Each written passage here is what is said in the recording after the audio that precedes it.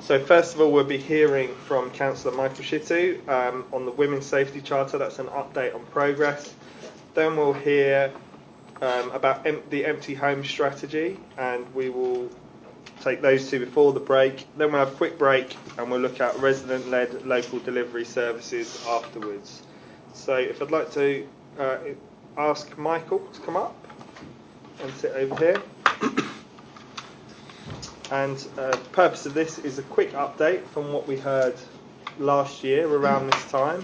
So Michael, if you'd like to give us a quick introductory statement, and then I'll open up for questions. Shouldn't take too long, I imagine about 20 minutes for this item, so please go ahead. Chair, I'd first like to thank the committee for inviting me. For the purpose of the live streaming, and for those who don't understand the Women's Safety Charter, the Charter itself was part of the administration's Fairer Future promises to make the nighttime economy and nighttime environment in Southwark safe for all our residents, particularly women. We went on to set a point of standards, which is essentially 5 or 6 points, which we expect all venues and bars within Southwark to adhere to make both their environment within their venue, but also within the outside vicinity of their venue safe for women. We went on to launch the Women's Safety Charter last year, in December 2014. We then, in November 2015, sought to introduce it as part of one of the recommended initiative for new venues and new bars to adhere to as part of their license application itself. It's certainly a source of pride for me to confirm that we do now have 72 licensed premises signed up to the Women's Safety Charter. As part of our council plan itself, we have a target of 80 premises by March of 2016 this year. We're quite confident that we should be able to reach that number. And we also have a target of 120 venues signed up by the same period in 2017. So you would probably recognize that this has been a huge success in respect of the council itself. Our Women's Safety Charter is one of the most successful out there. There isn't any like it, and the environment which it had created for a lot of our residents, it's something which is certainly much talked about. We've done some evaluation with some of the premises. Pretty much we sent out evaluation forms to all the premises which has taken part in the Women's Safety Charter, and for all the ones that have sent some response back, we've had some really good positive response, both from staff and from management of the venue. There are a lot of staff members of those venues who have said that actually without the Women's Safety Charter, they may have not received some of the support in which they received. And certainly some of the management commenting that they found it very good to actually have a set standard from the council in terms of what they ought to do, also building on some of the things in which they've done before. And we've had some regular feedback from those venues where some anecdotal feedback we've received from residents have also suggested to us that actually it has created a more positive environment in Southwark, certainly in the night for people to be around. When we initially undertook consultation as part of the introduction of the Women's Safety Charter into our nighttime economy, we had some responses back that there are actually also other environments which some residents feel less safe in, and some of those areas which has been identified are sort of in and around construction areas and construction sites in Southwark. What we have done since August last year is we've tasked officers to work with our construction partners to look at bringing similar standards within our construction environment. I'm proud to say that pretty much 5 of our largest constructors, including Lendlease, Notting Hill Housing, Saltash Enterprise, A&E, Elkins, and Cape Motor, are all looking to work with us on this and are looking to sign up in principle. And we're just at the moment putting together what we considered as a very robust, good toolkit by which they can work with. And some of the things that would be included in the toolkit would include a rate my site tool, a visual campaign to promote the human side of construction workers, a training film, and also some preventative educational work with our local schools itself. We're hoping to launch the construction side of the Women's Safety Charter in due course.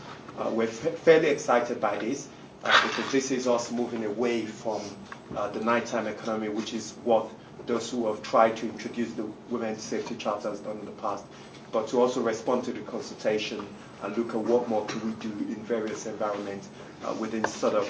Lastly, also just conclude that one of the areas which was also identified within our consultation was also our parks and our public frame.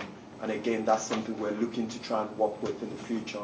You would agree with me that there would always be areas in which different part of our community feels uncomfortable in, but it is right that the council is looking to do something about it, and that's what excites me about the Women's Safety Charter and what it seeks to achieve.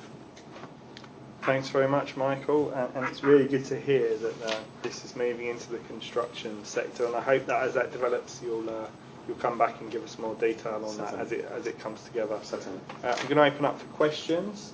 Got Damien. Anyone else? Go ahead. Okay, great. Congratulations and well done. Thank you. Having seen the start from a standing start to where it is now, it's brilliant. Just coming back to the nighttime economy, you've got a target of 80, you've got 72 signed up, you've got a target of 120 by 17. Are you finding any resistance from the nighttime economy? Are there certain premises that are pushing back at you, or are there any negatives that people are raising about not wanting to join the charter? I mean, I've got to at this point commend the effort of all our officers within the licensing team who have been primarily pushing out the Women's Safety Charter. So whenever they do go out on their check at licensing venue, they do speak to bar owners and venue owners about the positive of the Women's Safety Charter. I guess some of the drawback is that some venues will feel that they already do something similar in terms of the processes they have in place. But what we try to do is make the case of what I would suggest the unique approach of the Women's Safety Charter is to have a standardized, in an essence, expected level of support which venues would provide to any customers who do visit their sites, and we are winning the argument. One of the other challenge we have is that we've in an essence spoken to or signed up pretty much all the big venues and all the large premises, and we're now delving into the probably more hard to reach smaller ones, whereby perhaps the decision maker is not easily reached, so the people that can say yes are not easily reached, and perhaps they're also the smaller ones who may readily not be able to commit to some of what we've set out in there, and also perhaps the smaller ones are also the ones which we perhaps may have not had the capacity to reach out to as well. Although we've written to all the venues out there, the reality is that we've only been able to secure the agreements and adherence of some of the premises because we followed up on it and we've constantly kept to it and checked up on them, how they're progressing, and making sure that actually not just the fact that they signed up to it, but also their staff member have watched a training video which we now have on YouTube. I must also add that we've had over 980 viewings now on YouTube. How many, sir? 980 okay.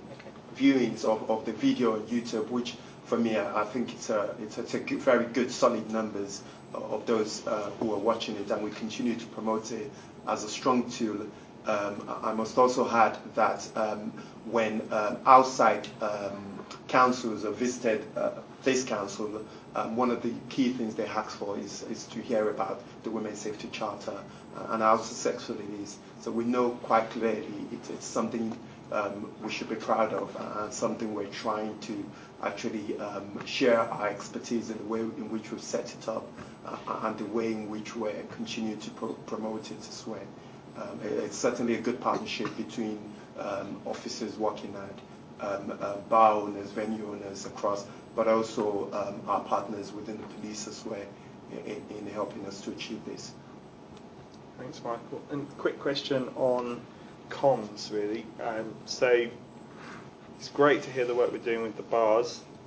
Just wondering if there's still work ongoing to promote the work we're doing to people who visit Southwark at night, both from Southwark and people who might come into Southwark of an evening, to let them know that we have something in place which makes Southwark a safer environment and that we take women's safety seriously. So in terms of social media and so on, are we still communicating out to students, for example, and other parts of London that, you know, Southwark is somewhere that's good to come at night, and that this ensures that there'll be a minimum standard in the bars and clubs that they go to?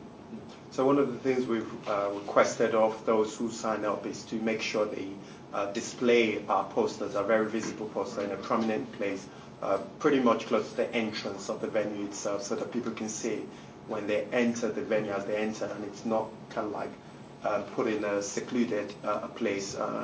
I've certainly visited some of them and I've seen it there. We have from time to time promote the Women's Safety Charter on our social media form, but you are right, probably what we should continue to do is make it more a regular interval, so that it's kept at the forefront of residents' mind. And certainly I will take it back as well, the possibility of speaking to, given the fact that we have London South Bank on our doorstep, to speak to the student union about how they can promote it more to their students, particularly during Freshers Week and other big periods like Valentine's Day coming up, where presumably a lot of students will be out and celebrating. Thanks, Michael. Ben? Thank you for coming here. Sorry for missing most of your presentation due to lateness. You may have already covered this. What are are there sanctions for businesses, or penalties or disadvantages for businesses that don't sign up, apart from the obvious kind of less inclusive nature that they would present? And what are the sanctions for businesses that do sign up and break the charter, and have you had to enforce any yet? I'm thinking mostly in terms of licensing. You're absolutely right. There has to be something in it for bars and venues to take this up. One thing we got right last year as part of the licensing policy review, which went through Council Assembly, is the inclusion of the Women's Safety Charter in the guidance itself. So everyone that makes a licensing application or their licensing come up for review, we would expect them to have something to the exact extent of the Women's Safety Charter within their policy and their processes. If they don't have that, then certainly that is a big downside for them. And certainly in terms of application, we will be sending them back to have something similar of the exact. The reason why we can't ask them to have the exact Women's Safety Charter is because we're abiding by kind of like statutory sort of rules that states that we can't essentially sort of debar someone just because they don't have an exact requirement. But what we would expect them to do is to have something exactly like, well, pretty similar to it. And I'm sure if any business is smart, they would pretty much want to go with something similar to what we recommend in our licensing policy itself. So we've certainly not had the drawback in terms of venues saying that they don't want to adhere to the condition because of this particular aspect of the condition or that particular aspect. I think by and large they seem sensible. They're cost-effective solutions, such as having a phone in a readily accessible place for any customer who want to make a call straight away. It won't cost them a fortune to do that, and simple training for your staff members doesn't cost them a fortune. So we're not asking too much of venue owners and businesses in Southwark at all. And sorry, just the second part of that. What are the sanctions? Could this lead to the license being revoked? So, broke the safety charter then? So presumably? for them to obtain their license, they would need to sort of submit something similar to the Women's Safety Charter, or exactly the Women's Safety Charter that puts together a set of processes and procedure that would ensure that women and all customers within their venue feel safe.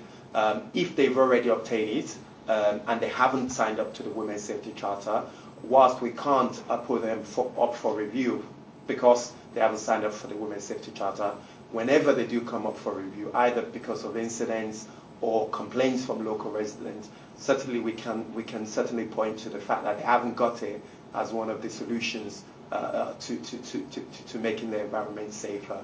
And certainly those are the things which officers are recommending to members of the committee. But this is something I can't control, but I'm sure members, colleagues on the licensing committee bear this in mind when making decisions. Any more questions? Just one very quick one, slight change of tack. You'll be aware of the Business Crime Reduction Partnership.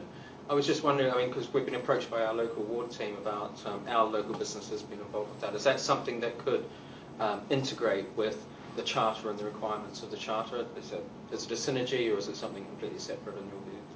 I attended the launch of the Southwark Safe just about 3 months ago or 2 months ago. I really think it's a really, really good piece of initiative here in Southwark. I think there is still very few boroughs that have it, and Southwark is, I think, the third or so or fourth borough to have it now in place. I wasn't able to go on patrol with them, but I really do think it's, from what I understand, certainly it's something they hope that although it's primarily focused at the daytime kind of like economy, I know certainly the officers in the nighttime economy and the managers are working together to ensure that any intelligence, both from the nighttime economy, could fit into some of the things they do in the daytime itself. But I'm certainly excited about the prospect of it meeting the capacity of addressing some of the issues we face during the daytime economy in terms of business crime and addressing behaviors around business areas during the day. So is that yes? It's a yes. It's categorically a yes. We would be working with them. We are working with them. I've had several meetings with the manager of the Southwark Safe, which is an initiative here in Southwark, and it's something which I'm promoting and I'm supporting. Great, thank you. Okay, thanks very much, Michael. It's good to hear the progress you've made, and perhaps in about a year or so we'll invite you back for another update. But if anything does change in the construction side especially, please do send in an update. We'd like to hear about that. We will do. Thank you very much. Thank you. Okay.